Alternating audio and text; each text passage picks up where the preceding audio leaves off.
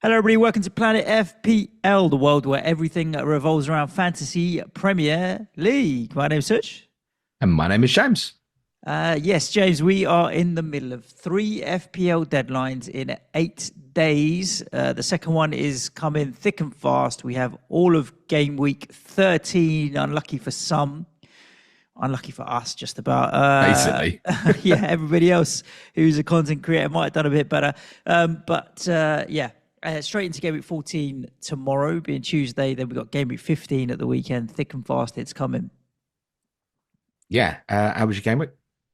Game week was rubbish. I think it helps if you can get 11 players to be on your team. And I didn't. I managed to get 10. I already knew Semenyo was obviously suspended.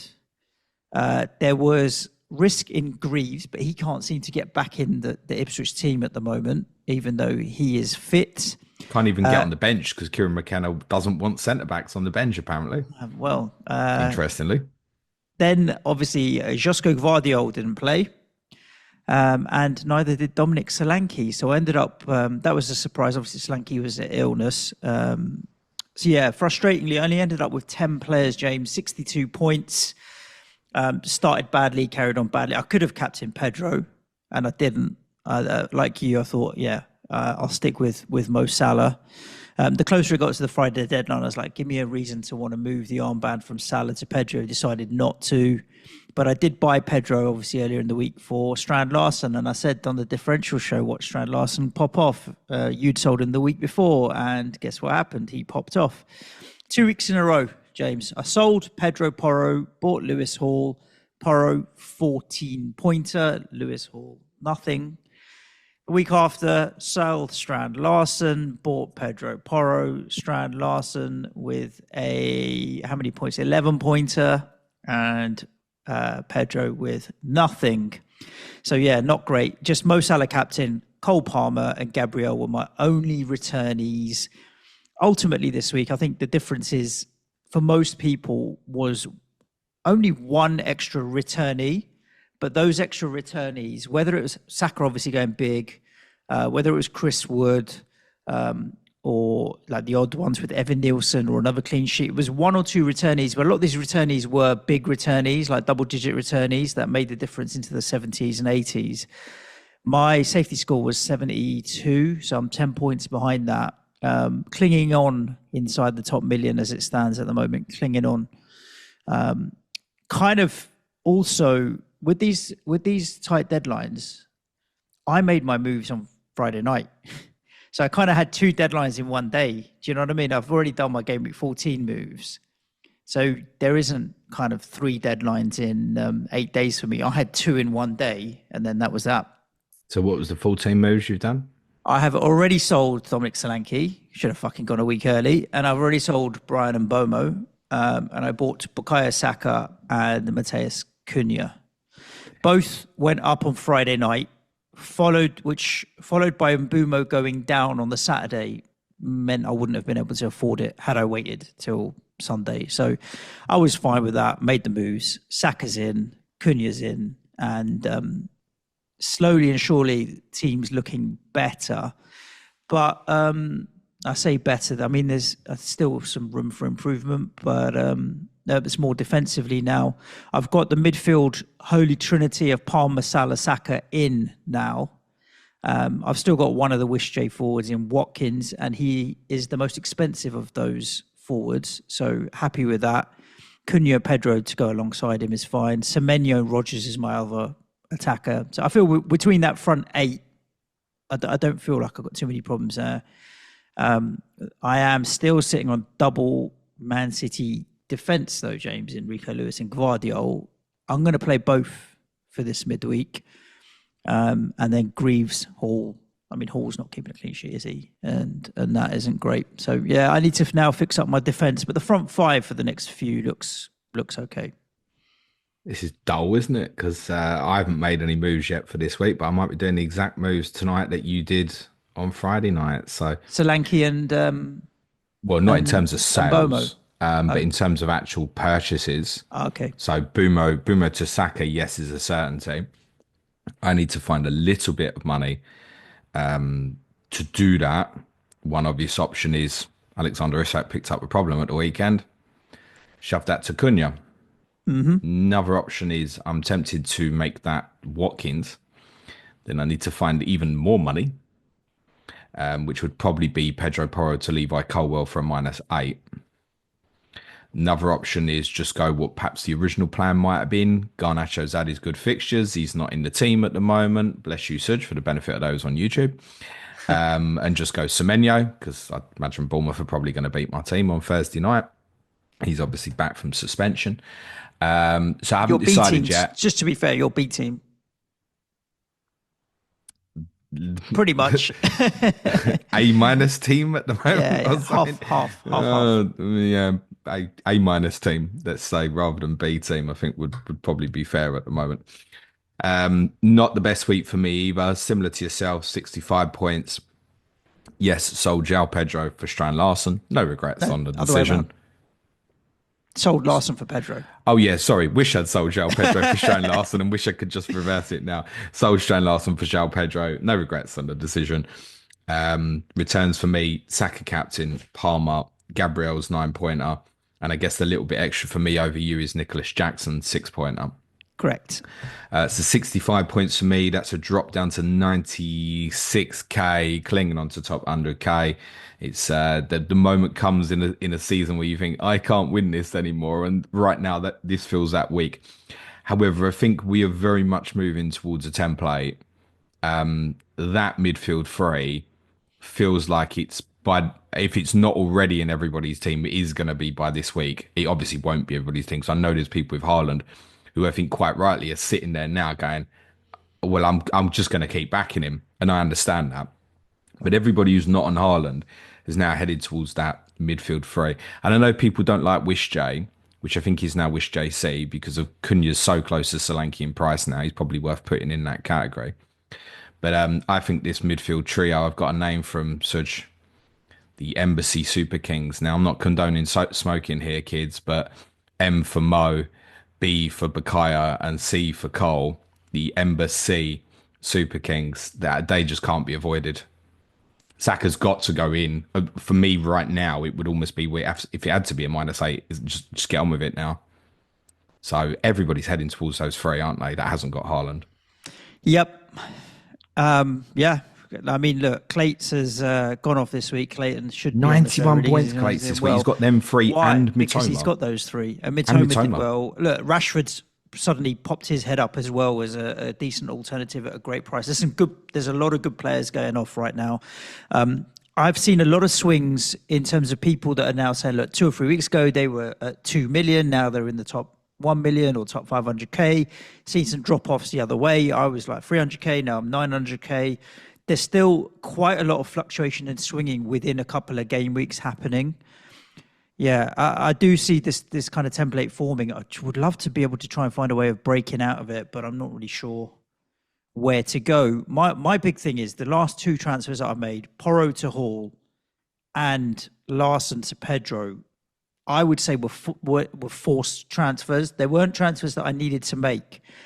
With Porro to Hall, I looked at it as how many clean sheets did I think Porro would keep. But had I gone through the Man City game, I would have played him in the Fulham game because that's a home game for you guys. I thought you'd do better in your home fixtures. Now I understand that was before we knew that half your backline was all injured and your goalkeeper. But I didn't need to force the move. Yeah. Well, that's further down the road, right? And our player of the season was left on the bench. We'll get there. Well, look, rotation is kind of going to need to happen.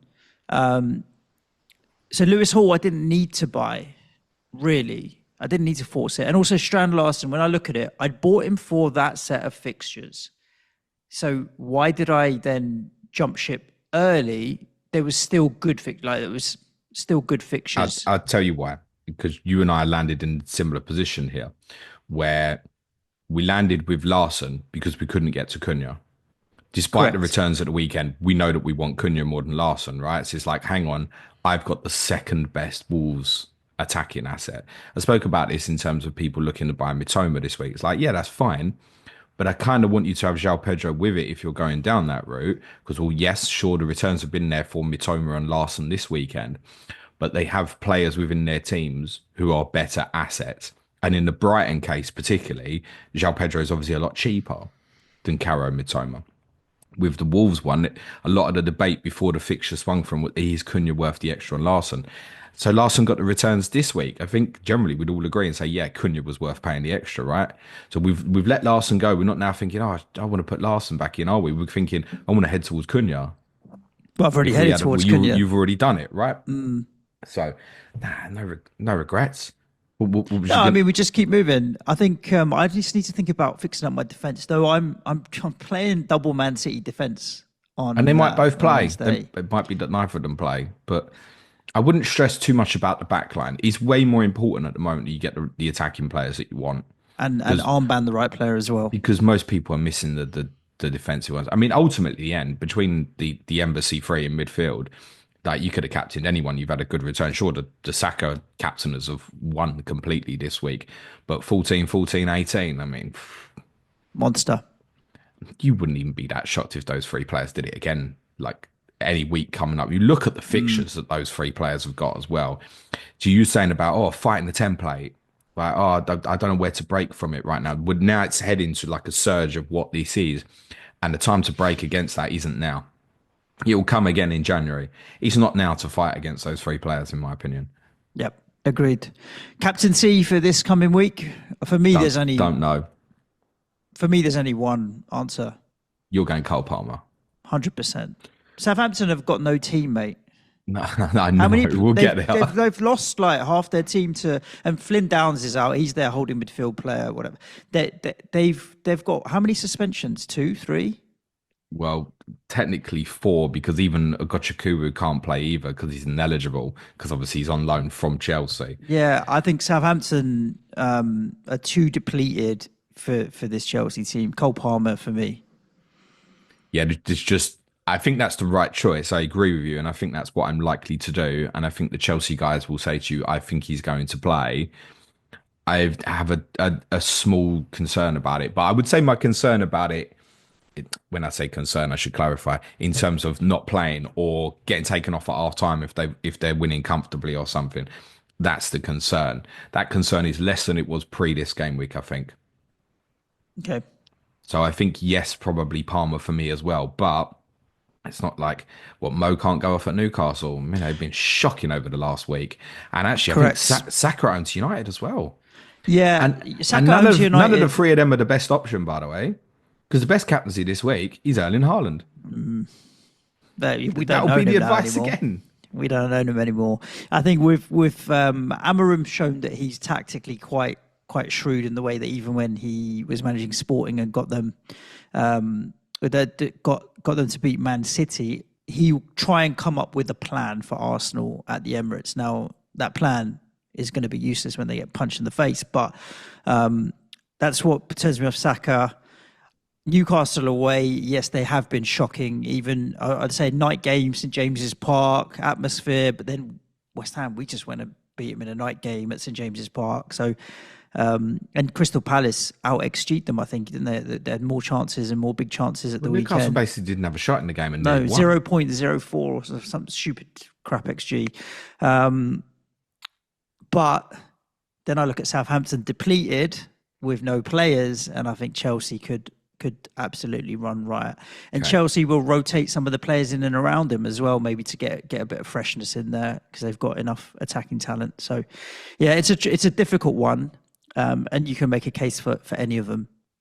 Okay, should we go rogue? Should we go Semenyo against Tottenham at home? Or Evan Nilsson, take your pick. Should we segue into the games then as we're talking Southampton? Yeah, let's do it. Brighton 1, Southampton 1, Friday night football. And in the end, I suppose Brighton really dominated the first half. As Southampton could have, should have won. And I felt harsh that disallowed goal, to be honest with you, at the end. It felt harsh. The ball was that far, but it was just an instinct of flicking your leg out type thing. It just made a movement towards the ball. Ultimately, someone has tried to make contact with the ball from an offside position, kind of within the width of the goal, you are kind of interfering with play. I think the big frustration comes that we could see the exact same scenario next weekend and it won't get given. It was It's an interesting interpretation, isn't it? when Arsenal scored their second goal when the ball went in over the top, and I think it was Havertz was in the middle, and I thought Havertz was offside when the ball was played to Saka, even though he didn't touch it. Doesn't matter. But then when the ball was played across, Doesn't Havertz matter. made a lunge towards the ball. So Yeah, but movement towards the ball. yeah, I but don't Havertz. understand the rule. I'm not saying that should have been disallowed. I No, think no, no. either should So have. I'll clarify that. So that's he's only as part of the play then, because the ball is not intended for him when it's played to Saka. It's nothing to do with him. It's only then if he's offside or onside at the moment that Saka plays the pass. So So similar if to now, the John Stones goal at Wolves in the last minute, where Bernardo Silva's in front of Jose Sarr and he's kind of backing into him. Half a second before John Stones heads the ball, Silva gets out of the line. so the The only player thing that they're played the judging on is cross, where he is when John Stones heads the ball. who played the cross for Archer for the goal? Manning, or I don't know who was on Ryan the Fraser, left wasn't it? I there. think. Ryan Fraser. Okay. What if he says, "Well, I didn't play the ball to Armstrong. He made the choice to flick his leg out. The ball wasn't to Armstrong. The ball was to Archer." Oh, In the same way, now we're in the realms of FPL in the same assists. way that Odegaard's ball was to Saka, not to Havertz. You know, it just felt harsh for Southampton, if I'm honest with you, that He did, it yeah, was, because it was I not just given. think ultimately, like I said, different week Stupid. you get a different decision. I think what people might not be aware of as well is I think in the ground, although it wasn't given as at first, I think there was then a conversation and then the linesman's flag went up, and I don't think that was represented well on the commentary. Right. I mean, there was a lot of things that weren't represented well on the commentary. For example, as the board went up for 10 minutes added time, Alan Smith said, quite bizarrely, I don't know what the added time's for. Maybe that's for subs. Completely forgetting the 7 minutes of football we lost because of this VAR decision. Yeah. Let me think about that. And that's the biggest gripe as always, Bonkers. isn't it? It's like it just takes too bloody long. And by the way, I was obviously at Tottenham on Thursday night. This semi-automated offside, if people really think this is going to speed things up on incidents like this, it's not going to, because that's still a judgment of whether Armstrong is intending to play the ball. the ball and if he's in interference as well. Because you could say, is that just of his running stride because the ball's behind him? I think, No, he flicked his leg. yeah, he did, yeah. So technically, by law, probably the right decision, but ugly. Disappointing from Brighton because they started so brightly and were playing well, had chances. You could say they were putting Southampton under a lot of pressure. But as the game went on, it didn't they weren't able to drop the hammer. No, I think there was a few things that stood out from the game. I think firstly, look, Carlos Baleba obviously missed the game from suspension, and I feel like that was quite a big one. Ayari hasn't quite convinced me yet in midfield. I think they've been missing Jack Hinshelwood a little bit recently as well. So, and O'Reilly's not played much. He's obviously had the really bad injury in the Carabao Cup game right towards the start of the season. So I was thinking in central midfield, they were a bit lighter than they normally would be. The one who actually stood out really from the fantasy perspective wasn't Mitoma scoring or João Pedro not. You're going to It say was Rutter hit the Yeah, in post. terms of the good game, shots. really stood out. And I just wonder if that's one I should be considering now in terms of getting in place of Garnacho. Because I think on what I watched Friday night, I'd be buying Rutter over Mitoma. Yeah, that's The just danger the with that is most. minutes. That's the most heavily loaded position that they have. Yeah, it is. Is Adingra, right wing. Minsar, they can do whatever they want out there. Solly basically. March. Yeah, no qualms on João Pedro. That's not any concern. I mean, there's a reason why since I bought him on Saturday night 9 days ago, he's gone up 0.3, right? He offers great value at that price. I think if you didn't buy this week, there's not a reason to rush into it with Fulham away next, but there's 4 good fixtures still to come after that as well. So no concern on João Pedro. No real concern on Brighton either, other than to say that's now another game at home that they've dropped points that they would expect to have picked up points in. So what have we had? Ipswich, Forest, and there's another one in there as well. Was it Everton? No. No, I forget. know. But there's another home game in there that we would have expected them to win that they'll not in Ipswich Forest. There is another one. I forget it off the top of my head. Oh, Wolves. They considered the 2 late goals, didn't they, to Yep. Wolves? Whereas they beat United City and Tottenham all at home. And that, if unless they can iron out the consistency, is obviously it's going to keep them away from pushing the top four. Which, when you look at the form of Tottenham, Villa, Newcastle, Manchester United, who are probably the kind of the contenders outside the top four, if you put Chelsea and City in there, yes, City in there at the moment. Brighton are very capable of finishing above those other four, but they've got to get the consistency of winning games like this. For Southampton, good result. And we should acknowledge, Suj, and I spoke about this when Matt Samuel come on Clash of Correspondence during the international break before they played Liverpool, that actually there have been improvements for a while since they lost to Bournemouth over 2 months ago. They were winning at Arsenal, lost, fine, can happen. They were 2 up against Leicester, had a man sent off at 2-1 up. They lost 1-0 at Man City. They beat Everton. They lost at Wolves, and I think we understand there was some decisions there that were questionable as well. They were winning against Liverpool. They could have won this. I don't think they deserved to win the game, but No. obviously on the decision, they could have won this game as well. In terms of absences for this Chelsea game, obviously Lumley played in goal. So people think, oh my God, cheap goalkeeper. McCarthy had injections to play against Liverpool. So McCarthy will still be favoured ahead of Lumley. But Aaron Ramsdale was obviously out injured. Jan Bednarek, we don't expect to be back this week. Adam Lallana, we still think will be out. You've got Harwood, Bellis, Downs, Dibbling, all suspended. Ogochukwu ineligible as well. I mean, if I'm not quite sure what if they want to stick with a back three, I'm not quite sure what the composition of that is going to be on The Wednesday night. stat that stood out and people had been mentioning on other shows and stuff was around how many mistakes they're making that are leading to goals. Like they Yeah. make so many mistakes, and the first half particularly, like Carl Walker Peters was just trying to have a wrestling match every time against anyone he was up against. It just looked pathetic almost in terms of like at least try and make it out you're defending. Harwood Bellis made mistakes. Sugawara made a mistake to let Mitoma in so easily for the opportunity that he missed and then the goal. You're like, okay, I see these mistakes everywhere. Then the suspensions, then I just put the armband on Cole Palmer because I don't see Yeah. how they're going to keep him out. It's a shame because they've got flashes in there like Dibbling played well and was a bright spark, but yeah, I just don't see it. It's going to be a difficult night for them. Longer to prepare than most teams this week, though, as well. And as said, Oh, if you great. look at the games over the last 2 months, there's improvements in there. I ain't got slapped by anyone, mate. Yeah, don't do it. Put the armband on Salah. Go for it. No, I think the best reason, I mean, what's the worst that could happen there? So it's just more double digit hauls. Yeah.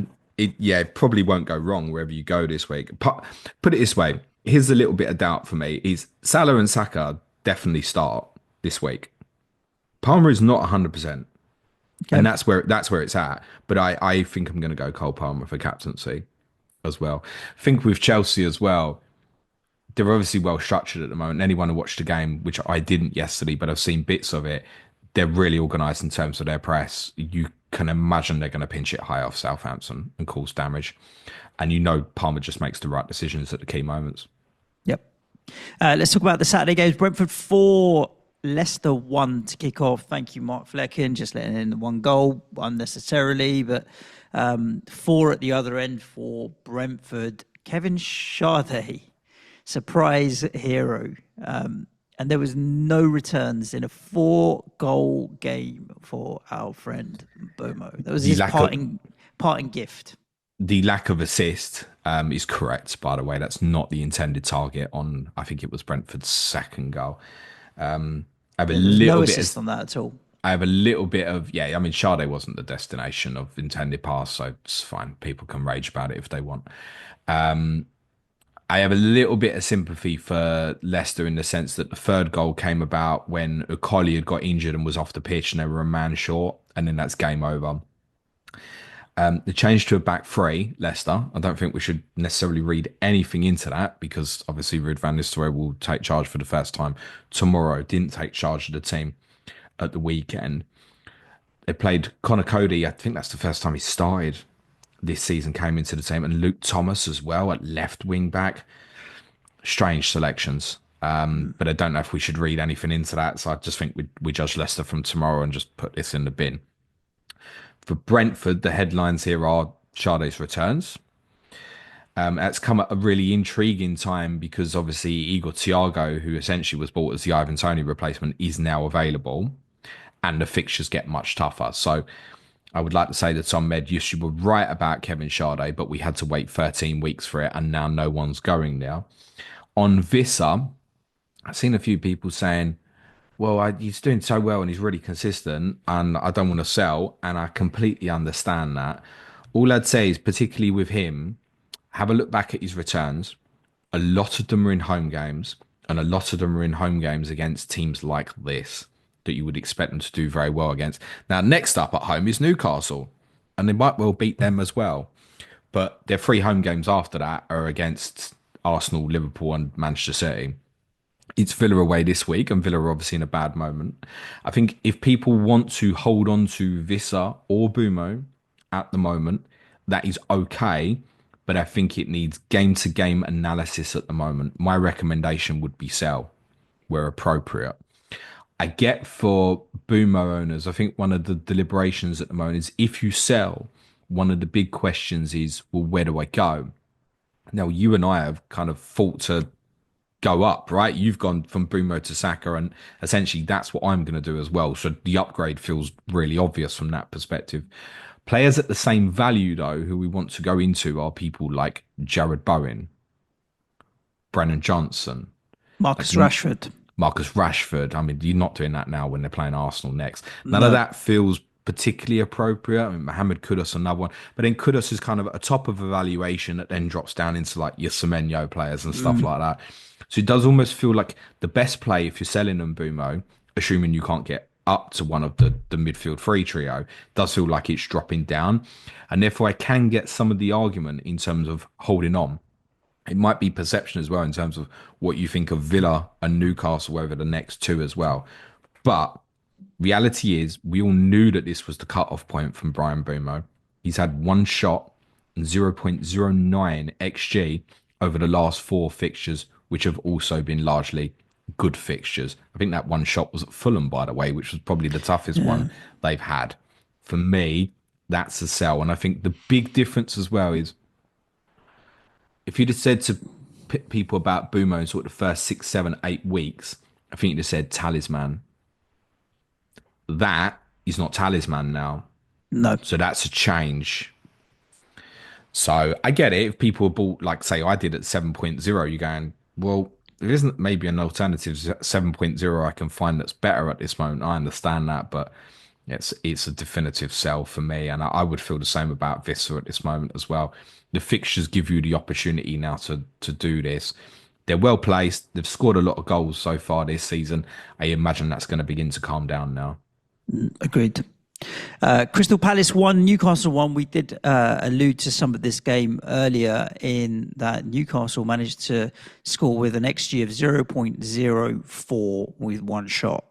And almost hold on all the way to the end. That Lewis Hall clean sheet would have done me wonders, to be honest with you, this week. Probably 100,000 in rank. But it didn't last because Daniel Munoz returns right at the end. You can't say Palace didn't deserve it. No, absolutely not. As in, absolutely, yes, I agree with you. Although they deserved it. I've not seen a lot of the game. Five big chances, 16 I don't know if shots. this is more the case that Newcastle really didn't deserve to win. I don't know if that's more the case here. I mean, 5 big chances, James. It's not. Well, yeah. So from that perspective, Palace. you can't say, "Oh, it was an amazing." You could sometimes you can obviously be critical and say, "Oh, they had like no efforts on goal. Basically, they've scored an own goal," and you say, "Well, they did defend really well." Well, no, for giving up 5 big chances, I don't particularly think that's the case. So it's really strange because I think before the West Ham game, most of us with Newcastle going, the victory against Arsenal, the second half performance of Nottingham Forest felt like corner completely turned. Yep. Now it don't feel like that. No. Now you're looking at this week going, I don't fancy them against Liverpool. Now, one caveat I'd give to that is I think Eddie Howe tends to set his teams up best at St James's Park when actually they're playing more difficult opponents. They drew 1-1 with Manchester City. They beat Arsenal 1-0. So I don't think it's a given that Liverpool go there and win comfortably. I don't think they do. I mean, probably Liverpool do go there and win, but I don't think it will be comfortable. I'm sure it will be a difficult, challenging game. Yeah, it just seemed to flip flop. Like early in the season, they were having good results. And we're like not playing well. Then they weren't playing as well, but the results were coming. Then the two outstanding results before the international break, and then now this followed on from. I mean, they were shocking against your team. With every passing minute, they got worse on the Monday Night And Football you last can't week. So. really say that. I mean, okay, who are they missing? Botman. But apart So from you can that, say Byrne was suspended against West Ham. against West Ham he was, but he came back in for this team. But other than that, when I look at their team, all right, Trips, but there's every argument that Livramento plays ahead He's of ahead Trips now anyway. You got Sonali, Guimaraes, and Joel Linton in there. Willock, you could maybe say play Harvey, but like Willock versus Barnes versus Longstaff is a toss-up, really. There is as first choice as it gets, really. Yeah, it's concerning. You obviously have Isak I say problem. obviously, you might have an Isak problem, though it might also just be an Isak problem because he's not been at the last couple, though he did have a chance to get to West Ham. Why don't you just go Callum Wilson, mate? Go on, do it. 6.9, 0.0% owned.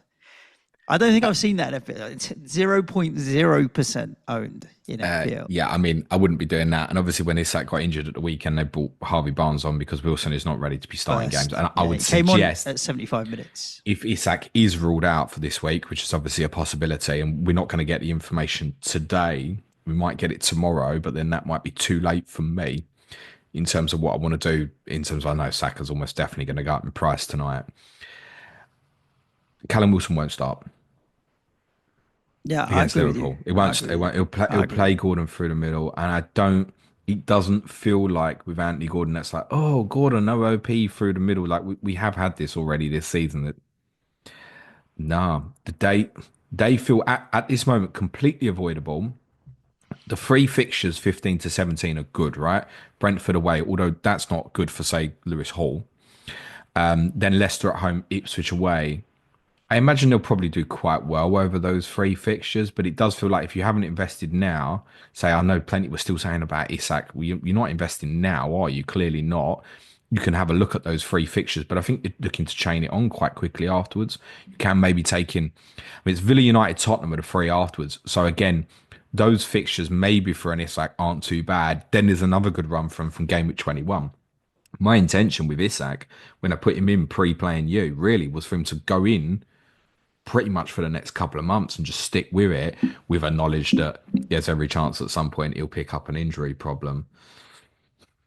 I don't know. The thing is, I feel completely different about them as to when I bought Isak. And when they weren't playing well at the start of the season, he wasn't doing well. No. So ironically, it wasn't my plan, but maybe, yeah, he's obviously, he might be for the chopping block, even if I got a positive sign today, possibly. So I can also carry him though, in the sense if I go Semenyo in for Garnacho as an example, actually I've got a bit of a benching headache this week, so I could just leave Isak as a sub and just come back and deal with this problem afterwards. But then there's others. I think if it's going to be Watkins, I want to do it now. If it's Cunha, I want to do it now.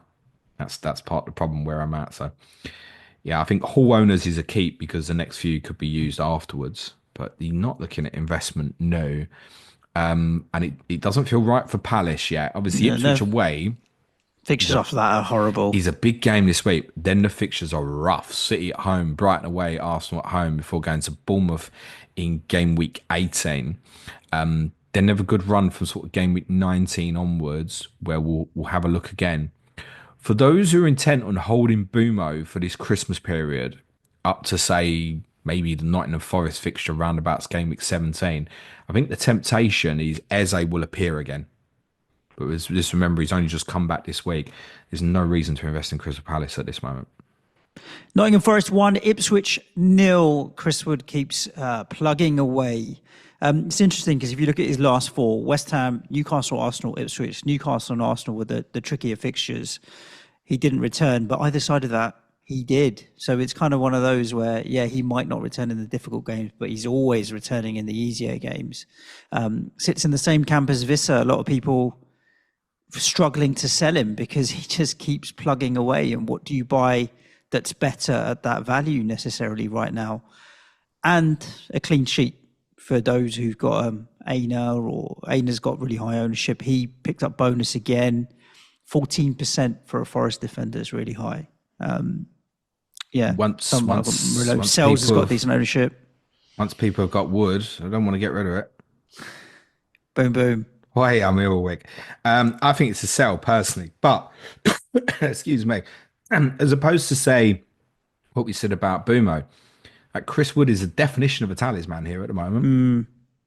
And you can see the vulnerabilities in Manchester City. I realize on paper you're like, but you let's say this week they've got City away and United away.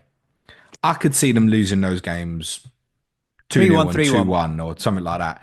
And to be honest, if Wood scores in either game, that's going to feel like a positive hold, I think. Yep.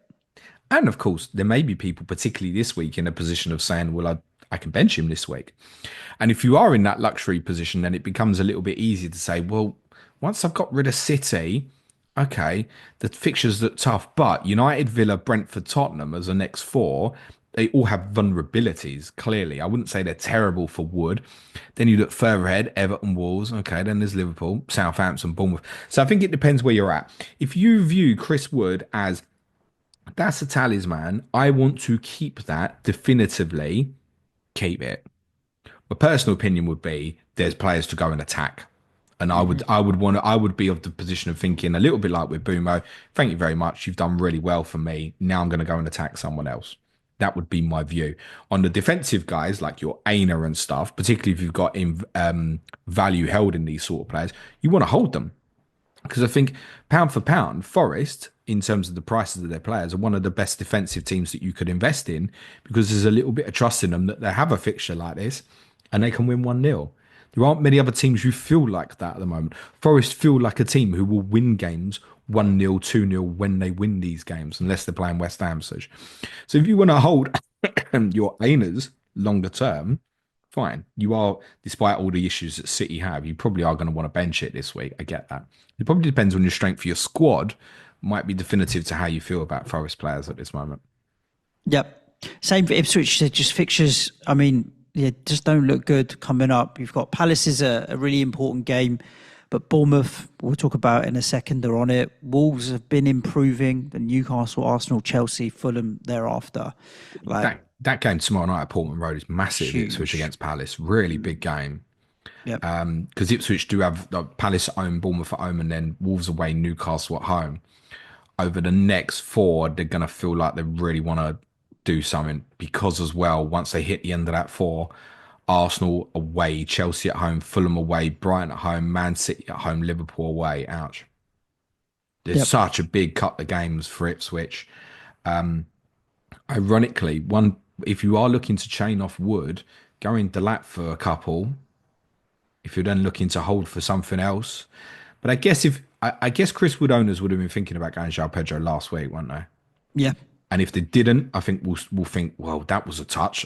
I got 7 points more than I was probably expecting this week in terms of the comparison between the two, and make the move now. On. I think so. Yep. Yeah, I think so. For Ipswich, just a note on, you'd mentioned obviously Graves, and I alluded to it right at the start of the podcast. Yeah, that Kieran McKenna said, and I asked a few of our Ipswich patrons, and they said, yeah, it's right. He doesn't like having a centre back on the bench. He would rather have, I can't get my head around it. We've got 9 subs. So I get you would want covering, say, all of the 4 attacking positions. So centre forward 10, left wing, right wing, fine. Goalkeeper, obviously. You've still got another 4. Yep. So you could have right back, left back, centre back, midfield. I could understand 2 midfielders. But to not have a centre back on the bench, that seems strange to me. On Cameron Burgess, he's gone up from 3.9 to 4. He hit the bar at Tottenham. He had a header cleared off the line in this one as well. I don't think, unfortunately, that there's a certainty here that Jacob Greaves is coming back in this team. Therefore, if you want to invest in Ipswich for a little bit, it's probably still Dar O'Shea, who we know is carrying this back problem. Axel Twanzebe went off with a hamstring problem. He was really good at Tottenham. Didn't really give up an inch. And McKenna really likes him. He's going to be a loss for them, Twanzebe. It could mean that could open the door for Greaves to come back in because they might even play O'Shea at right back rather than, I don't think McKenna's convinced about Ben Johnson. or they could even switch to a back three, maybe. But I think they like to have their bias where it becomes that, and Leif Davis pushes on down the left hand side. Hutchinson, Schmodix, the lap. It just feels like largely you could go in for a couple, but it feels like there's better alternatives. Thinking longer term, yeah. Yep. Cool. Let's talk about Wolves 2, Bournemouth 4. Clivert, hat trick of penalties. Yeah, I'll be recording with Neil Grover and Ricky Saunders to preview Bournemouth Tottenham later today. That'll be out for you tomorrow. I'll be asking Neil if he thinks Clivert's on penalties. First player ever to score three in a Premier League game. Seems I was remarkable. gonna ask you, is that the first time it's ever happened? It's not the first time. There's a few other players. I think it's happened 3 or 4 times before where players have taken three, but have never scored all three. Oh wow, okay. It's Craig Burley, Aguero, Gerrard, and there's one other player whose name escapes me. They've scored like two of the three. So it's Okay. the first time a hat trick of penalties. And obviously all won unbelievably by Evan Nilsson Evan as Nilsson, well. yeah, that's pretty Incredibly. bizarre. So when you view that Bournemouth scored 4 times and Evan Nilsson didn't score as a you don't, do you? It's No, obviously a no, weird anomaly. They're all penalties. yeah. The first one's a little bit questionable, but the other two afterwards, I mean, I don't know how the ref doesn't give Jose Sarr kicking the back of Evan Nilsson's leg as he nips in to win the ball. I don't know how the ref doesn't give that on the pitch. I think Gary O'Neill will hugely regret his team selection. I've spoken about this with a few teams recently where it's like you win a game well and you feel inspired to stick with the decisions, which is what they did at Fulham. I think that's bizarre that like Craig Dawson was a substitute and stuff. Absolutely bizarre. I said to you last week when I saw the team at Fulham, I thought, oh, you're in massive trouble. It didn't work out that way. But I think, yeah, you got away with it. Put a centre back in the team. Yep. Because one major difference is Bournemouth are such an intense team winning the ball high. So an error, I think, in terms of his team selection. Nelson Semedo is suspended, by the way, for the trip to Everton this week. I presume that probably means a rare start for the Doc. And I think Dawson will come back in the team. I wouldn't be surprised if Santiago Bueno comes back in as part of that as well. And the shift back to the three centre-backs we've been seeing playing quite a lot this season. Larson with the returns this time. Nothing for Cunha, Suj. You sure you wanted to buy? Pain. Look, you can't look back in the past. It's a rear view mirror. No. And I may still be investing in Cunha now. I still think, despite the returns, Cunha is worth the investment over Larson. I still absolutely feel that way. Great result for Bournemouth. Ryan Christie back in and things improve. Not surprised. Nice to see David Brooks get a start as well. Tyler Adams has started 3 games in a row now. So there's a little bit of competition now in the midfield area. Lewis Cook missed out at the weekend with a minor problem. He might be back for Thursday. I would guess Semenyo just comes back in the team for David Brooks. There is zero reason to think that Antoine Semenyo won't come back in the team. It's good news if you want to invest in him or hold him because, exactly that. So I think we'd looked previously and thought, oh, could he get rotated at Ipswich in 15? Well, he's just had a break, so you think he plays 14, 15. Good fixture in 16 afterwards. I guess there's a deliberation here now with what Clivert's 5.3 to think, oh, well, he's playing in the 10 position. I owned him briefly, I think, last year, or I was very close to one or the other when he was like 4.5, 4.6. He was a bit, you know what I'm going to say, don't you? What? Crapid. All fart, no poo. Yeah, I mean, the thing is, he's just taking the pens. It used to be Tavernier on the set pieces quite a lot of the time as well, wasn't it? So he was one that always popped up as maybe one to consider. I just think Semenyo's the easy option. I think we'll learn a lot against Spurs. The thing that you said that makes me really interested is they press high and they like to win the ball back high. And you like to break through that press and attack very quickly. It's going to be a good game. It's at your place, isn't it? No, unfortunately. Oh, okay. Or fortunately, I don't know now. Are we now an away team? I'm not sure anymore. Those two teams. I think Semenyo comes back in. I think he's the easier option to go to. Semenyo. Those two teams are both top for turnovers in the top third. So you know what? It should be a great watch because both teams want to go and win the ball high off the opposition. So, I mean, the game ultimately will probably be decided by which team has the least unforced errors. Could well be, actually. Yeah, I think Semenyo over Kluivert for me.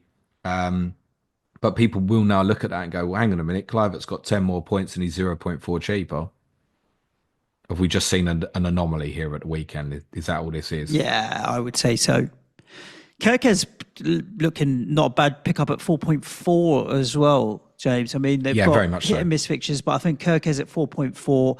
Like, if you said to me, would you rather pick up Kirke's at 4.4 versus Anderson at 4.3 or any of these guys around there? Well, now, I mean, timing wise, I think if you had at the same price, I think buy Kirke's or Hall at this moment, you'd arguably say Kirke's now. Yeah, you can't regret the decision. We bought Hall before West Ham and Palace, right? I'm just saying now it's swung a little bit where you'd go, okay, Tottenham probably not ideal in terms of defensive stuff, but he's just scored his first goal. Yep. He's grown his hair. He looks older. So maybe he's maturing. And then I think the fixtures afterwards are decent for a while, actually, sort of going up to sort of game week 21, they go to Chelsea. So I think, Miller's Kirk is definitely the standout of the defensive ones. There is, with Araujo's injury as well, I said this last week, there's no real reason for that Bournemouth back four to change at the moment. So I think Kirk would be the one to invest in if you want defensively.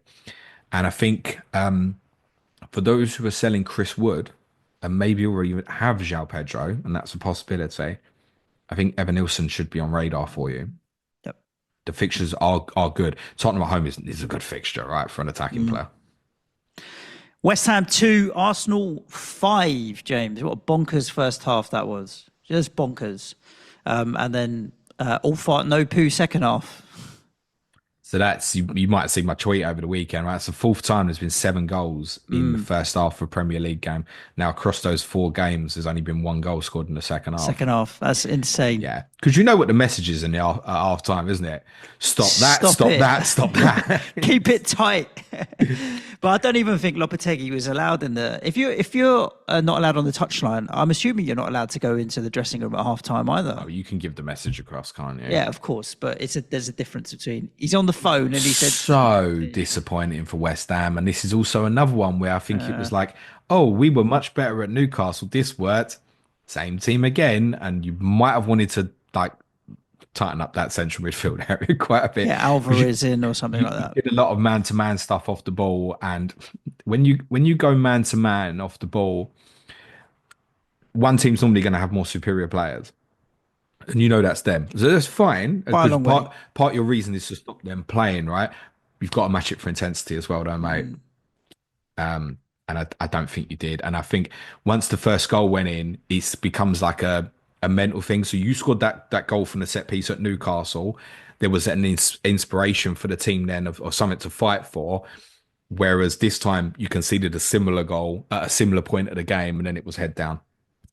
I think it was... You just couldn't get out your half first half, well, mate. I mean, firstly, you've got to accept that Arsenal are in great form right now. With Odegaard coming back in, they've raised their level and they are at it. They've just put 5 past Sporting. They scored 3 the other day as well against Nottingham Forest. They are in form. And when you ally that in as well, it's like what you're talking about, intensity. The first goal, they're masters of set plays and the way they maneuver it. For someone like Gabriel to find himself in that much space on his own, it's just elite level movement on a set piece. You're like, fine, that's what they do. The second goal, I mean, it's hard to defend that give and go, ball over the top, delivered so perfectly. All right, cool. That's a good goal. The penalty, he's left his foot out, stupid. The fourth goal was the one that was a mistake. Kilman really puts his leg out and you blink and you're like, oh shit, it's 4-0. We haven't been good, but they have been really good. So I could lay into the players, but you also got to remember Arsenal are just at it. So you're thinking, all right, 4-0. But before you've had time to even accept the fact that it's 4-0, it's gone to 4-2 because we've gone back the other end and scored. Great ball by Salah for Wan-Bissaka. It's just such a pass. You think, beautiful, great free kick. You're like, okay, it's 2-0 now. It's 2-0. It's 4-2 on the score. It's as good as 2-0. If it was 2-0, we'd be like, all right, keep it tight now. And if we get the next one, then really it's game on. So your emotions are going all over the place because you're like, shit, we're getting slapped here. So actually we're in with a fight. And the first time we've had the chance to play, We've put a ball through and we've scored. We put a free kick in the top corner. And then your keeper goes and punches a player in the face. And come on. When we got to 4-2, the one thing you don't want is to give away another goal. You just don't want that. And if you could have got to halftime at 4-2, I think the crowd might have even clapped them off. Like a little bit, because I felt like, okay, we've not just rolled over here. We've come back to 4-2. We've not had a good game, but we are playing an elite team and it is hard. But that fifth goal, I think, was just a complete kick in the bollocks, if there ever was one. And then after that, the game just died. I think there's something in this team. It is going to keep getting better. We've got good fixtures now, good test. We have to go to Leicester away and win off the back of what's happened. And I think we will. Arsenal, on the other hand, I've got double Arsenal, Gabriel and Saka now. And I've kind of kept my options open on whether double defence or double attack. And I don't know which way I want to go, if I'm honest with you. I don't know, because Odegaard's looking tasty. Havertz was back on the score sheet again. I don't know. I feel like going double attack is more fun, because when they go big, it could be really enjoyable. And double defence is a little bit more solid. I think it was relatable to other teams, though. It's part of that decision, not just an Arsenal decision, is it? It's a shit. Who else can I have? How many other defenders do I want? Kind of. Yeah, there's not many right now. If I was wildcarding now, I'd be Gabriel, Timber, Saka. What I would definitely say is 100% it'd be 3 Arsenal players in there without any doubt whatsoever. It doesn't mean rare owners should sell. So, like, I'm a rare owner. What am I going to do? Flip 2 transfers to put Timber there instead? It doesn't really make sense unless I need to find the money briefly. And I guess that's an option for me, isn't it? Raya to Sanchez to give me Chelsea defensive coverage because Colwell's quite boring, and then go, actually, well, I'm going to go Porro to Timber, for example. It's not something I've ruled out, but it doesn't. I'm not doing that for the Arsenal decision. I'm doing that for other decisions partly. Odegaard, returns in all of his games or something, isn't it? We assisted Martinelli's goal, isn't he? So yeah, three returns in all of his since three since he was back. If I was investing at Bruno Fernandes price level right now, I'd be investing in Martin Odegaard. But then again, I don't know. Fernandes looks like he'll go and be United talisman now. Whereas Odegaard is, I said this to you last week, I think pay the extra for Saka. I don't think there's any doubt in my mind about that. That is definitely pay the extra. So if you want Odegaard, fine, but it's got to be with Saka as well, I think. Otherwise, find the money. Havertz will tick over absolutely fine, but I don't think he's in the best 3. You could make a case that he's 5th or 6th best Arsenal asset at the moment. Yeah. Saka's got to go in for me and my team as it stands. But yeah, I would still have a preference for double Arsenal defence. Remember, the fixtures are really good for a long-term period now. I've got them top of my ticker over the next 5. Then there's a couple more challenging ones, but they look like they're purring now. Yeah, really do. I mean, it's them versus Liverpool for the title. That's why, I'm not even... I mean, look, you don't want to go 4-0 down at home. You don't want to concede 5. But I'm not beating my team up too bad about it, because you've got to look at what's in front of you, and that's a fucking good football team at the moment, to be honest with you. I don't mind if people want to captain Saka this week. I think he's legitimately right near the top of that conversation. If you're comparing with Palmer, Salah, I think he's really close between the 3 of them, actually. On West Ham, cut the question, Suj, because it's been well documented. This run starts now from game week 14. Yes, you can buy Kudus. No, that's not the question. Firstly, is it a good run? Leicester away, Wolves at home, Bournemouth away, Brighton at home, Southampton away. Well, it's as good as it gets in this league. So, agreed. I've got you. I've only got Arsenal and Brighton ranked higher for you over the next 5. Yeah, it's as good as it gets, I think. But I think it's worth acknowledging for people who want to invest in West Ham players that if Leicester and Wolves goes badly, Bournemouth and Brighton suddenly doesn't look so good. Particularly Bournemouth is away as well. Bowen versus Kudus, Suj? I mean, Bowen's still the one to go to if you want to spend that money. But if it's like your, let's say, 7th attacker or your 8th attacker, it's going to be your 7th attacker. It's not likely to be at 6.2 for Kudus. I don't mind actually taking the punt. He's had a long break, a long layoff, so he's going to want to come back full of energy. I have no doubt that he'll actually start against Leicester because when everybody's looking at rotating their teams up and you've got the opportunity to bring in one of your star players who's just had a break, clearly bring him in. Not that Somerville's been doing badly. I do think he'll play. I do think he offers a really interesting, worth a punt alternative. Bowen is the better, safer player, but I think this is, if there's a time to do it, it's when he's just had this long layoff. So if it was me, I'd probably drop down. Like Mbeumo to Kudus for me is nice if you've got something good to spend the money on. Where does this sit? We've had conversations about, the kind of first choice, like Cunha v Larson and Mitoma versus João Pedro. Is this another one, though, where it's like, Bowen is significantly worth having over Kudus? Is that clear? Not significantly. I don't think it's as big as that. We don't win that many penalties. Sometimes Paqueta takes the penalties off Bowen anyway. I don't think took it's against United, didn't he? But Paqueta weren't on the pitch. Am I right in saying that? By then he wasn't on the pitch. Yeah. No, he'd come off. I think if I could have gone this route to get Kudus in this week for me in place of Garnacho and go Mbeumo to Saka, I can't afford it. I probably would have taken a chance, I think. Yeah, I like the chance on Kudus. I'd have taken a chance on literally just the next two and then reviewed it in terms of how I felt after the next two. That would have been my take on it, but it's off the table for me. And I can't believe I'm going to ask this one, but I know people were asking it. So Wan-Bissaka versus Emerson. Neither. I mean, that's the correct answer, isn't it? Yeah, it is the correct answer. Neither. I mean, Emerson's still the more attacking threat. Wan-Bissaka just looks like he scored a couple in the last two. Aaron Wanberto Carlos, is it? Or something? What are you guys calling him? We just call him the Spider. It's Emerson if you want to. He takes corners. Free kick, wasn't it? To be free fair, kicks, and the other one just after that went just over as well. His delivery's getting better on set pieces. It is Emerson, but the answer's neither. Yeah, I think Aaron Wan-Bissaka scoring in 2 games in a row is a freak. And I would say it's probably as likely that Aaron Wan-Bissaka doesn't score again this season than does.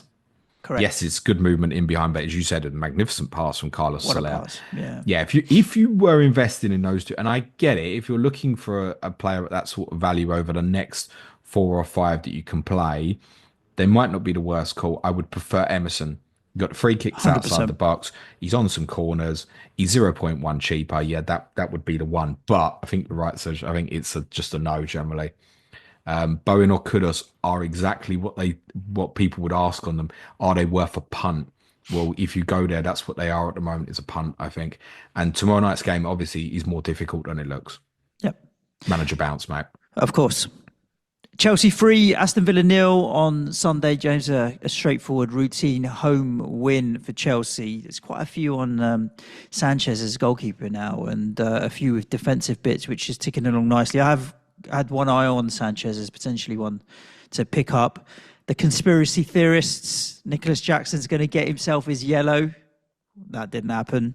So he's still ticking along. He's such a git. He is, that guy, man. Absolute troll. I absolutely convinced myself on Friday night, once all the deadline had gone, I watched Brighton Southampton. I started looking at my team Friday night. I knew I couldn't go early on anything, by the way, because of holding players like Jackson and Nate Norrie. But I'd convinced myself, looking at plans, that if Jackson got booked, that I was going to bring Nkunku in and captain him. I wouldn't have done that. You could buy Nkunku, but I'd have still put Captain Palmer. Yeah, but I was also at that point thinking, I think there's a high probability that Cole Palmer doesn't start. That generally was my concern at that point. Once Isak got injured on Saturday, I was like, oh, that can't happen. Then I was like, hang on, but I could still carry Isak. And I'm like, hang on, if Jackson gets suspended as well, James, what are you going to do? Just leave this week with no Jackson and no Isak? And I was like, oh, it can't happen. So that dream died quickly. One note, really importantly for Chelsea, Wesley Fofana went off injured. It's a hamstring problem. It's not confirmed as yet, but it's being reported as likely to be 4 to 5 weeks.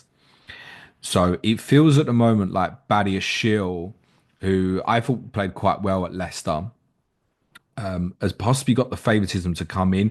That's a little bit awkward because obviously as he ended the game yesterday, you've got 3 left-footed centre-backs basically playing because obviously Moises Caicedo played at right back and moved obviously inverted into midfield to join Lavia, which allowed Enzo Fernandez to push higher. And I think then that gets Cole Palmer really in the avenue you want, that right half space. Look at the goal he scores when he's able to come inside onto his left foot yesterday. So I'm not sure on that. It could be that just Adebayo comes in maybe, and I don't think we get a definitive answer on what happens tomorrow. It doesn't tell us definitively what will happen next. I think it's worth saying. What it probably means is with Malo Gusto not playing, a lot of the conversation, if you want to invest in Chelsea defensively now, is Cucurella versus Colwell. Yep. I will tell you the words of Gary Mantle, our Chelsea correspondent, who will tell you in terms of players that will definitively play for Chelsea near enough every game over this period, it's Sanchez, it's Colwell, it's Caicedo, it's Palmer, and it's Jackson. And the rest is a lottery. Jackson obviously will get suspended. Why? One game. I will correct something. I've been saying on a couple of pods, someone corrected me, and I thank you for the message that I got, that he went ages without getting a 5th booking last year. That's not true, actually. But he did go quite a while without getting the 10th. Right. The thing with Jackson is, a lot of his bookings is for Jip. So if he doesn't Jip, then he's probably not getting booked. And when he's scoring goals and playing well, you're less likely to be jipping. Do you know what I mean? The thing is as well, I know there's concern about this with the yellow card, but I think those who went Isak, if you're sitting there with Isak, Cunha and João Pedro, what are you thinking now? I would move to Jackson and make sure that I've got an 8th attacker for that one game that he gets suspended. I'm thinking right now, I've got Ollie Watkins, right? Ollie Watkins' next 3 are fine. Brentford, Southampton, Forest. And within those 3, if Jackson gets his suspension for Spurs or Brentford, perfect, because that's the move I'm making in game week 17. I'm coming off Watkins and getting to Jackson. If I ended up having to do it earlier, I almost think if I did it earlier and Jackson got a suspension for one game, he'd still bloody outscore Watkins at the moment. I mean, the thing, it got taken off with 20 minutes to go yesterday as well. Which makes you even more confident for midweek. Yeah, it does. And actually, the only reason that Nicolas Jackson is probably not a consideration for captaincy this week, considering the issues Southampton have with personnel, is because of Cole Palmer's there. Palmer, the better That's asset. In terms of forwards this week, you'd think there's every chance he'd be the highest scorer, wouldn't you? Yeah. And you can overlook this because the 4 yellows. So I think if you're sitting there and you've got a bench at the moment, which is like, I don't know, things like Greaves, Lewis, and you've got like a Harry Winks or something, you're looking at something like Jackson, you're thinking, I don't know if I can, this is like, if he does get that suspension, that's going to be a problem, right? If you're sitting there and you're looking at this week and you're going, well, I don't know whether to bench like Rodgers or Semenyo and stuff like that, you can afford to go there, can't you? Because your worst case scenario is, the thing with Jackson is, when that yellow comes, I don't think he's a sell, if it does come. It's a hold. Because the fixtures are so good. Basically up till they go to the Etihad in game week 23. There's a long period now. We're talking like an 8-9 game week spell where, yeah, he probably does miss one somewhere. And also probably there's one in there where Nkunku gets a start or something like that. But he's posting good underlying numbers. The consistency has really been there pretty much going back to sort of March, April period now. I'm pleased that I have him, and a little bit disappointed that others are now thinking, well, maybe I do need to go there. And Southampton gives you an excuse to think you want to do it. Plus, like I said, there's a load of people got Isak looking at their team going, and you don't want to go to Watkins. But I would just say that I think that was my instinct when Isak got the hip injury, was like, oh, I want to go to Watkins. I'd said that last week. It's like, if Isak was to get injured or Jackson was to get suspended, I don't know how I overlook Watkins for the 2 Villa games. But then you watch Saka and I think, no, that's more of a priority, is to sort that out rather than, oh, come back for Saka in 16, 17. I need to get that done. I could just sit here now and just go, right, Isak to Watkins, crack on. That's my week. I'd rather take a hit for Saka right now. What does that say about Ollie Watkins at the moment? What does it say about Aston Villa at the moment? 8 games without a win. They're just... it has been a tough run, admittedly. It's both... I'm on Watkins and Rodgers, same as you, right? I've got Rodgers, yeah. Yeah. And, sorry, you haven't got Watkins, but I look at it as, if Rodgers was still there as my 7th attacker, which he was for a while when I owned Dibbling, I wouldn't be very comfortable, But the fact that he's my eighth attacker, I'm benching him this week. Even I'm paying Pedro ahead of Rodgers with the home game against Brentford. That doesn't fill me with joy looking at double Villa attack in my team at the moment. But we've been talking about this period where they've got some good fixtures. I can't sell Watkins before these three. But after that, I will enjoy binning him. Did you say before these three? Yeah. I think he's a sell in game 16 when they go to Forest, I think. Yeah. That for me is a luxury. To sell him before Forest is if I need to, or if I have other transfers and I can. I'm not desperate to force that before Forest. After Forest is 100% sell. I'd say before Forest, 75%, depending on what other fires I have to put out. Game week 16, I mentioned, he's going to... there won't be many, but there is going to be a small cluster of teams are going to bench boost in game week 16, I think. Okay. I think they're going to get there and they're going to look at things like, I don't know whether to bench Norrie or Hall, and they've got like Ipswich and Leicester at home respectively, and you're like, wow. So my point with Watkins there, who's your other forwards? Cunha and Pedro. Cunha and Pedro, right? So if Isak is back fit, it's like Leicester at home.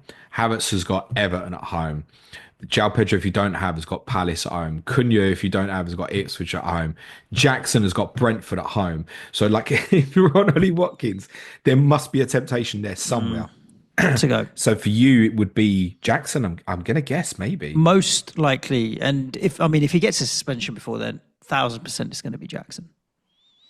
Yeah, I mean, that in game, and it's something to think about, by the way, because I think game week 15 might be for a good week to roll for those who can. There's another reason why I think in justification, get the hit done for what you want, James, right now. Because I'd like to probably have 2 in 16 and then get up to 18, where it then kind of maybe attack sort of Liverpool even harder than maybe in 18 if they're still doing well. So yeah, I think with Watkins, if I went there, it's like that's adding another transfer for me. He's going in for Brentford and Southampton at home, and I'm not even sure that he starts both. That's got to be the case with Rodgers as well. Yep. Remember, it's Sunday, Wednesday, Saturday, Tuesday to go to Leipzig on Tuesday. So I know a few Villa fans have been saying Rodgers has been disappointing over the last couple. I didn't watch the game yesterday. But yeah, they're just in a bad moment at the moment. For people who want Villa defensive, it's the same thing. You're going in for like 2 games or so. And the Villa guys will tell you, just avoid it. But if you've got something, fine, you're going to play it the next couple, I presume. But the advice generally saying is avoid it. And if Emi Martinez is injured, he obviously went off at half time yesterday, that's even bigger reason to avoid it. Manchester United 4, Everton 0. Amorim era is starting to build up some steam now. He's got his kind of back three set up. Dalot and Ahmad, wing backs. Rashford popping up with 2 goals. People got eyes on Manchester United, whether it's Matsarawi or Rashford, or obviously Talisman Bruno, or Captain Bruno, if you want to call him, not Talisman.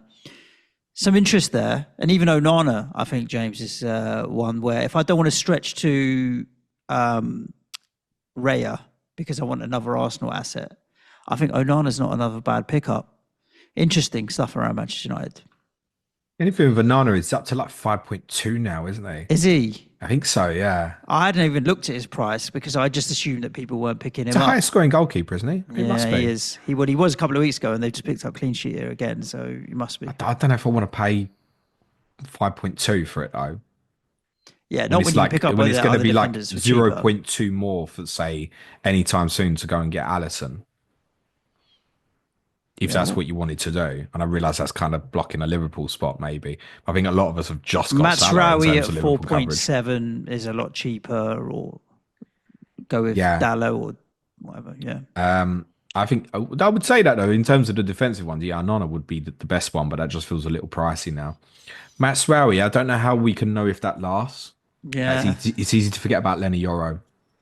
Correct. When Lenny Yoro becomes available, I think he's going to be... I think they don't have to rush him, and we don't know what the acclimatization will be or the recovery from injury. But I would foresee him being Manchester United's right-sided centre-back in the back three in the long term. So it's just have a think about that. Also, Luke Shaw got 34 minutes. He could be a left-sided centre-back rather than a left wing-back as well. He will be at the Emirates because Lisandro Martinez is suspended. Well done, mate. Well done. Well done. All them fixtures you've got. Yeah, I'll miss the toughest one away to Arsenal.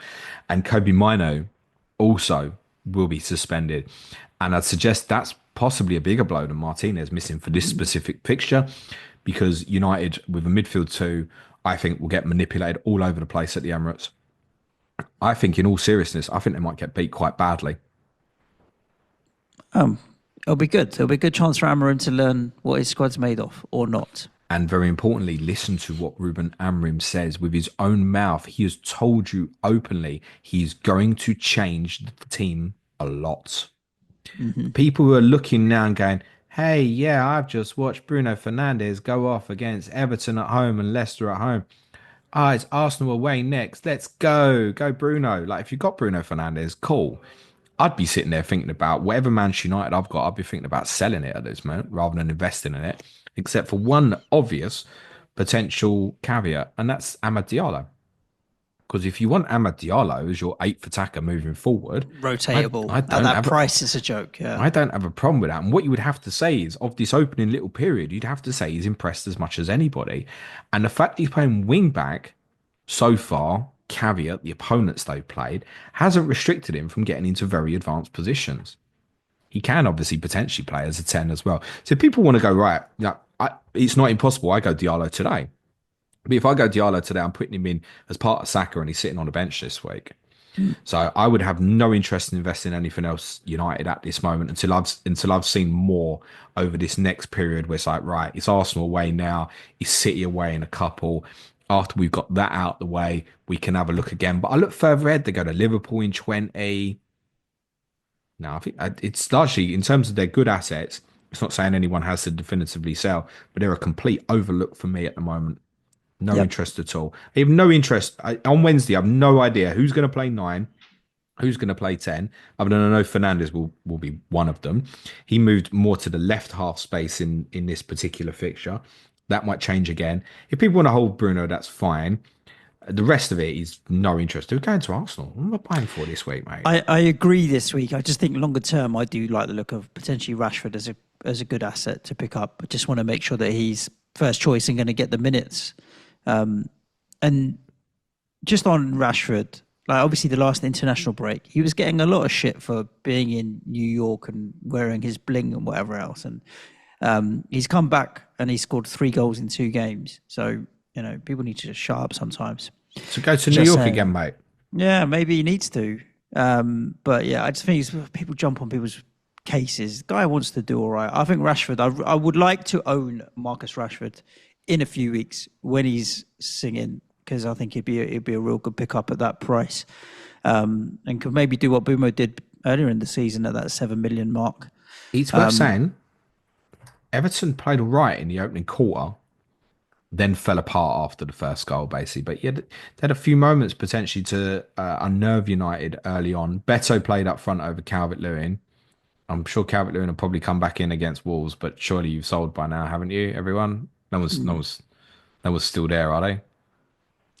Let's talk about Tottenham 1, Fulham 1. Did you enjoy your Sunday afternoon out, James? I mean, look, teams can moan about injuries, and sometimes you're like, just moaning about injuries. I will give you a lot of credit, like not having your keeper, not having your 2 centre backs, and then obviously losing Solanke as well isn't ideal. And then obviously Ange makes the decision to drop your best player this season so far, and Decky felt like it's not dropped. Not dropped, rested. Sorry, is the right word. Rested. Felt like suddenly I'm like, all right, okay, this is not going to be an easy afternoon. You obviously went 1 up. They lose a player, but on paper, they had more big chances. They created more XG. They had more shots. Was it a case of they probably deserved at least the draw? No, Fulham deserved to win without any doubt. Yeah. Well, I said at least the draw. That would be a disservice on Fulham. They deserve to win. Okay. They were a better team. They played the better football. They had the better chances. The well structured. I spoke to you about this last week. Said Fulham, proper structured football team. Don't fit. Oh, Man City are wide open. The football don't work like that. Fulham come organised with a plan. of what they were going to do, despite potentially their own little maybe kind of issue before the game with Andreas Pereira had this interview released in Brazil, which he's claiming that he's put a statement out on Instagram saying misquoted, and he actually put his post out on Instagram during the game yesterday, where it supposedly said that he wanted to join Marseille. He's denying Okay. it, but he wasn't in the squad, and Marco Silva wouldn't give a reason why he wasn't in the squad. So it's something maybe to keep an eye on. Sanderberg played as a six. It wasn't a double pivot. Sasa Lukic went and pressed from the right-sided eight position. Good balance. And when they broke, they had a clear strategy, which many teams have, and Roma had the same strategy in Europa League last week. We can play diagonals and get 1v1s in wide areas. We're very interested in doing that and hurting the opposition. They were good. And Mm. I'm not surprised. They had a bad result against Wolves. Prior to the Wolves game, they were second for expected points. Tough nut to crack. They got tough fixtures, so I don't think you're looking from an FPL perspective. If you've got Jimenez, I think that's fine this week. Like Clates has got Jimenez after they've got Arsenal and Liverpool. Like I'm sure he's probably thinking, yeah, Jimenez this week, and how am I going to potentially move that on?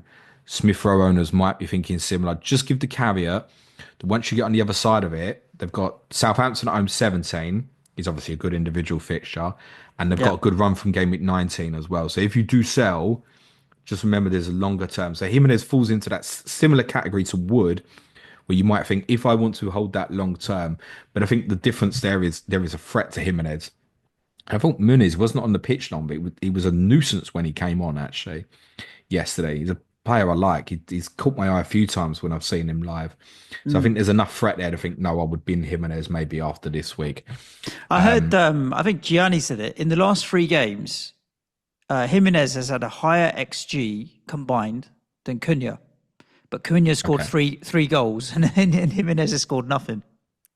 Yeah, It's sure. Cunha doesn't have Arsenal, Liverpool, and Chelsea in the next no, three as in the well. last three.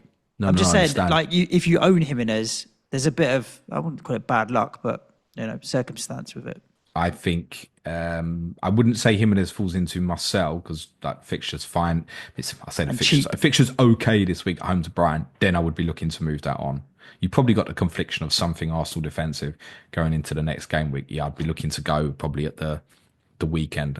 One of the people popular move at the weekend for Jimenez owners if they've already got João Pedro. I mean, it'll be João Pedro. If not, maybe Evan Nilsson might come into their thinking. They're good Fulham. No Anderson for them as well. Very competent defensively. The two fullbacks, excellent, except for we score because Anthony Robinson has a very lazy moment. I think he would have got absolutely bashed by that. Look at when you watch it back, look at the distance between Robertson and Johnson. He's nowhere near making the ground to get back up. Other than that, that was the one real error in the Mm, game. They deserve to win. So they were the better team, mm. and they're a difficult team. There's games coming up like Fulham go to Liverpool, as said in 16. So you're thinking Salah. They go to Chelsea in 18. You're thinking Palmer. Now 18, the alternatives are strong enough that I don't think you would captain Palmer in 18. Salah at home to Fulham in 16 doesn't scream. That's the one, and you've got Palmer at home to Brentford and Saka at home to Everton. Saka. Well, might depend who's in charge of Everton when we get there. 'Cause Ooh, yeah, we discussed this last week. I mean, I think Everton fans have had enough now, and once the change of ownership happens, there'll be a takeover change. is But we happening. don't know how quickly that's going to happen. For my team, take nothing away from Fulham. As I said, that's as bad as we can be on the ball. I will sum up how we played, Suj, by telling you that the only four players who I think played well for Tottenham yesterday were Forster, Dragashin, Davis, and Sarr. So some of the standards, Forster actually made some decent saves. Like, Yep. you know what I think of him, but got to give credit where it's due. He did all right yesterday. Davis and Dragishin at centre back actually did all right because we were under a lot of pressure for a lot of that game. Perhaps are tired, but was the only kind of offensive player in the first half who was at it for Tottenham at all off the ball. We looked like a tired team. When Tom Cairney got sent off, we were at a period. Honestly, I'm watching the game 15 minutes ago, and I'm thinking, take the draw here and get Mm, out of here. 'Cause you just tell sometimes you're in a moment. I'm not thinking, oh, I want to draw home to Fulham, but it's like we are way more likely to get beat here than win. Then they obviously Kearney gets sent off, rightly so. and you think we're going to throw the sink at them for 10 minutes. We didn't have the energy to do it, Suj. And And that's not and what you want also, going to Bournemouth. no, but there was a lot went into that. Was a crazy game Thursday night against Roma. It was over 40 shots on goal. It was a bit of a madness. And I said to you on Friday on the differential show on Patreon, I said Tottenham put too much more into that than I think they wanted to, or perhaps even needed to. And I think we saw Yeah. this was such a typical Sunday after the Thursday game. And also, I think the mental fatigue kicked in with no Solanke. So Solanke supposedly was at the ground, didn't feel well, and sent him home. So I would assume you're not going to get any info on Tottenham. It's worth saying that the four teams that play on Thursday, you're very unlikely to get a press conference before tomorrow's deadline. But I would think if he's missed out with illness, you would have to assume that Solanke probably does play on Thursday. That would be my take. And my goodness, would he be needed? Because Heung-min Son as a centre forward, just I saw people getting excited about it, like pre-game. Well, if Son's going to be through the middle, if Solanke's going to be out for a while. Let me tell you, if that was the case, don't bother. Put your investment in Palmer, Saka, and Salah, and forget that shit right now. Um, yeah, he'll have one good game, one bad game. He's just not at it and comparable to those other three players from a fancy perspective at all. Solanke was a huge miss, but take nothing away from Fulham. They were the better side. Last but not least, let's talk about Liverpool 2, Manchester City nil. And like, if you're looking at the big chances, 5-1, the XG 3.5 to 0.8, 18 shots for Liverpool. I was really hopeful that Pep would find a solution to tighten City up and have a little bit more solidity. Ortega over Ederson. Was there an issue with Ederson? Was he injured or just rested for the hell of I it? think it was speculation towards the end of last season that Guardiola wanted to bring Ortega in to be his number one, but because of how tight it got with in the race, he decided to stick with the experience for the running. So I would not be surprised if Ortega actually becomes Manchester City's number one now. And then Nunez, Rico Lewis is lightweight. And Phil Foden's not physically big either. And then Gundogan hasn't got any legs. You're like that midfield setup. It's all you wouldn't say he's throwing the game, but there's just no. It's jelly. I look at it and I'm like, if you showed me that team in advance, I'd have told you, yeah, Liverpool going to win. We talked about whether he'd put Stones or play Kanji in there just to stiffen up that midfield, but he didn't. It's the opposite. It's more wibbly wobbly than ever. Like I don't know what he's I don't thinking. like to do I told you so, but this is one I'm gonna. No, but the thing is, why I don't get Pep now. Like because I'm back when I said I think they would try and do something. I thought Pep would try and find a way to make it more solid. He's done the opposite here. I don't know what he's trying to achieve by having a lot of skillful technical midfielders in there, but no physicality. So it looked like a similar setup to the Tottenham game. It wasn't. He moved Kanji into midfield. Bernardo Silva played as more the base rather than Gundogan. And they tried to move Gundogan and Lewis into pockets ahead of that to create a box ahead of Kanji and Bernardo Silva, and actually left the right flank basically empty. Which is where their right flank or Liverpool's right flank? I tell you what I don't understand about this, right? You're going to Anfield and you must be thinking, how can we hurt them? Is that never part of the... I mean, it must be. It must have been part of the decision. So it's not like you're going to say, oh, Haaland, go and run the right-hand channel. That's not... They left that area of the pitch empty quite a lot to try and make sure that they weren't done over in central areas because they need extra bodies in there because they haven't got the legs, right? Kind of get it. But if you're looking at a weakness, I would suggest Liverpool's left-back position could be one after Andy Robertson's had to play against Southampton and Real Madrid earlier this week because Shimikas has got an injury. We've seen Madueke, Saka, players like that giving real problems. Yep. I really did think that he would at least play Savinho out on that side. But he decided no, because why, Suj? Because the defensive thinking coach first say the same thing every bloody week. In that first 15, 20 minutes, I mean, to be fair, even Guardiola said it himself, like basically got battered in that period. In the opening 15, 20 minutes, it really looked like Liverpool could go and win the game 4, 5, 6, whatever they wanted. They murdered them. City couldn't get out. maybe if they'd have got through that period at 0-0, maybe it would have settled down. But even when City had more of the ball, the longer the first half went on, or obviously they did have quite a lot of it in the second half, you never felt that they could hurt Liverpool until they put the wide boys on. When they put the wide boys on, like Doku, Haaland stopped moving in the penalty area. There's a couple of instances. Watch it. Doku gets to the byline, and Haaland's like, "You ain't gonna cross it, are you?" Nope. Chops back. Told you, Haaland. I think I'm not saying he doesn't like him as a human, but I don't think he liked playing with him Yep. because he's like, I don't know what you're gonna do. That said, I think City are in such a state. The best way of them fixing this in the immediate is to create chaos. And that means putting people like Doku in the game where people are like, well, I still don't want to leave that 1v1. Gets the crowd lifted.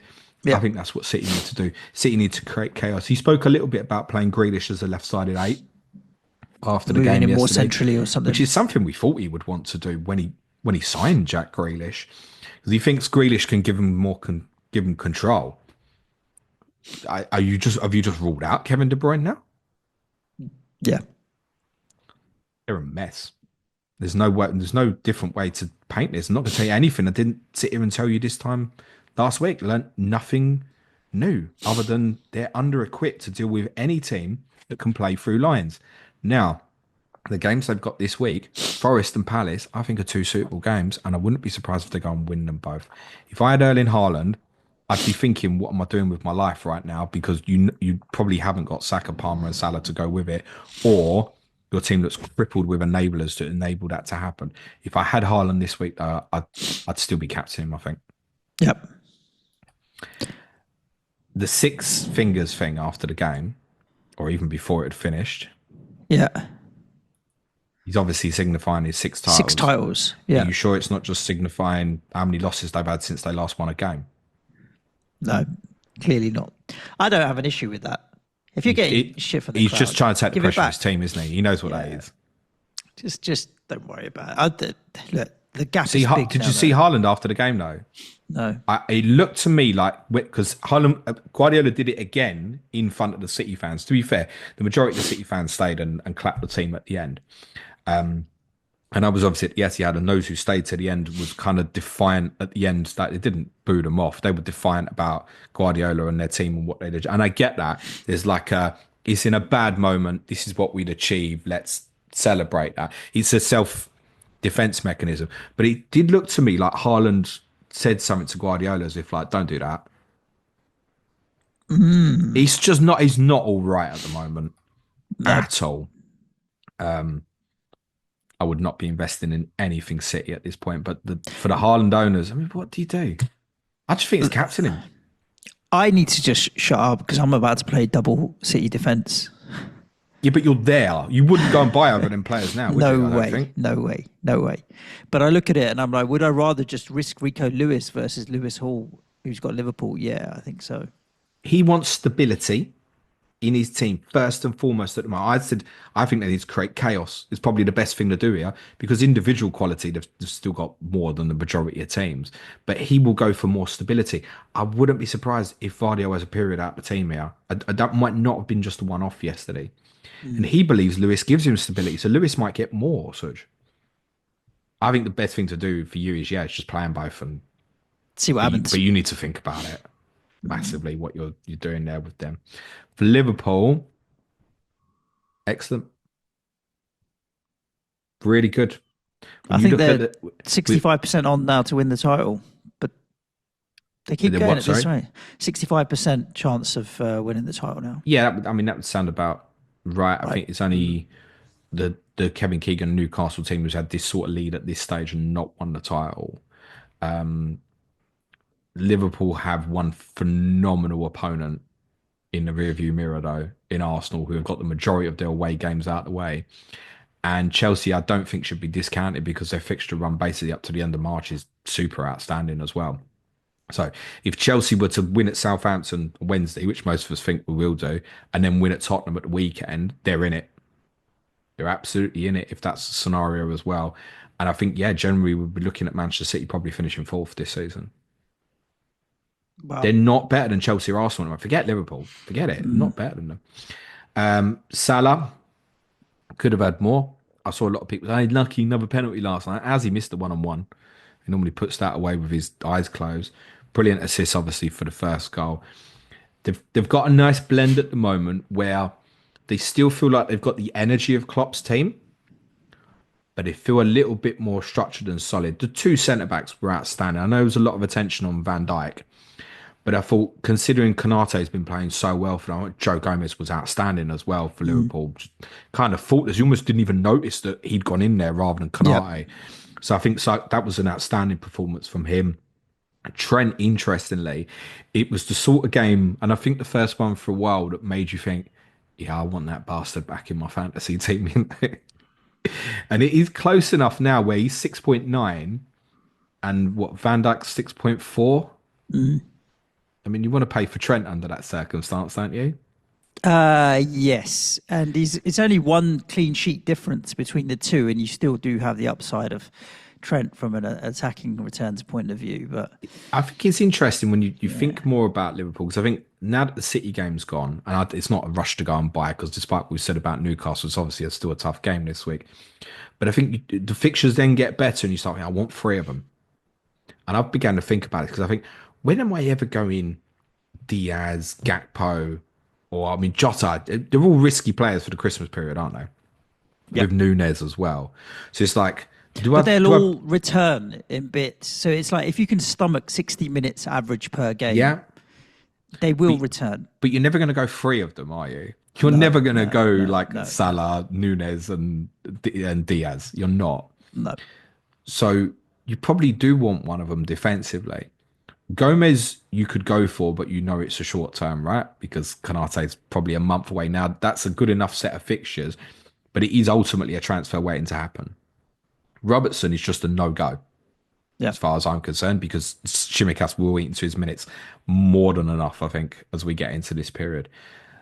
You don't want to go Kelleher, because Alisson's back soon. You can't go Alisson yet, because he's not back yet. And to be fair to Kelleher, he's just kept clean sheets against Real Madrid and City, so I don't suppose Liverpool are fussed to rush Alisson. Then it becomes a Trent versus Van Dijk conversation. And that feels too much. But you want some of it, I think. If I end up going from Watkins to Jackson, I'll have enough money to go from Guardiola to anyone but Trent. That might be tempting in a week or two. I wouldn't do it this week with Newcastle away, but from Everton onwards, I think that's pretty tempting.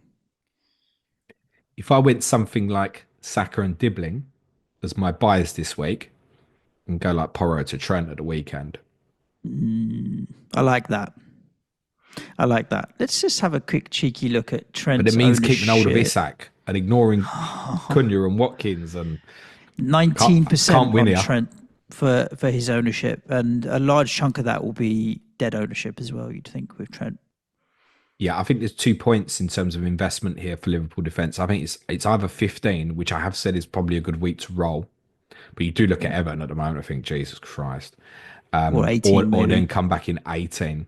The only thing with 18 is a little bit chance of rotation. But the other beauty with Trent at the moment is, well, we don't know the prognosis yet on Conor Bradley, but he's potentially missing all this period as well. And obviously, ideally, Gomez would cover for him at right back. But Konate's out. Now, they could use Quansah, who did absolutely fine when he came on at right back, by the way, yesterday. And there's also that to factor in, that if there was another injury in that back line, then Quansah is getting in. And what is he, 3.9 or something? I mean, that's War 1. I think with Gomez, it's like he never scores. I don't think he's ever scored for Liverpool. You do feel like that's the easiest way into them defensively, but it's a transfer waiting to happen further down the line, isn't it? Yep. Is that worth it or not? If you're going there for like 5-6 games. I would go with Trent. For a player who doesn't get attacking returns. I would go with Trent over this period. I would go with Trent. There's a lot of people going to find that very difficult. Which makes it even more interesting to try and figure out a way to do. James, that's a wrap on all of the games. We said it's tight turnaround and we'll keep it snappy, and did we bollocks? So just having a look at, I've been through the questions. I mean, there's a lot of Mbeumo replacements there, a little bit of chat around Manchester United assets, and a lot of questions asking whether Manchester City are done and it's the end of the 115 era. But any questions around players, we have debated all of them out and whether you should keep or you shouldn't. What's the schedule for the rest of this week? It's a busy one with so many deadlines and turnarounds and games and stuff to talk about. Game review pod on Friday. What we'll do with that to try and, because obviously it's a Saturday deadline, condense that down. Me and Clayton will cover the 2 games tomorrow night on the Clayton and James show on Wednesday as well. So we'll cover Ipswich Palace and Leicester West Ham on Clayton and James Wednesday. With 2 clash of correspondence for you this week. Tomorrow, Bournemouth v Tottenham, as said, Neil Grover, Ricky Saunders, and Fulham v Arsenal with Lewis James and Adam Pritchard on Thursday as well. If you want to support the show, it's www.patreon.com/Planet FPL. Clayton's with me for the Q&A today. We've got game week previews tomorrow and Friday, Wednesday, bit of Tottenham chat, Suj, and Thursday, Ask James is going to be for our patrons this week on Thursday. Lovely jubbly. Along with the additional content that James mentioned, we have a thriving Slack community with hundreds of fantasy managers, fans of all the teams in there. James's fixture planning spreadsheet that you get access to, prize leagues, and a whole bunch of other stuff that might make you want to come and have a bit of fun on Patreon with us.